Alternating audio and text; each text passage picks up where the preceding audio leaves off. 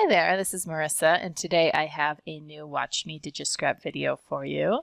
In this video, I will be using this Holiday Hustle collection from Allison, Pennington, and I will begin, as I usually do, by putting the papers in the background first.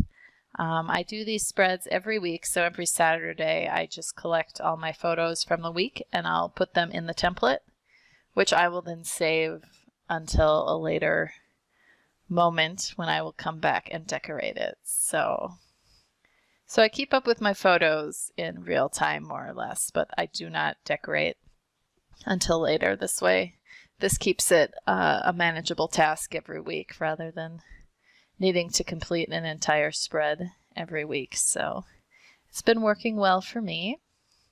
So I'm just putting in my papers here in the background, and then I will already here I'm looking for some elements. Sometimes I like to look for some word art first to fill in the empty spots, but here I'm just going right for some fun elements.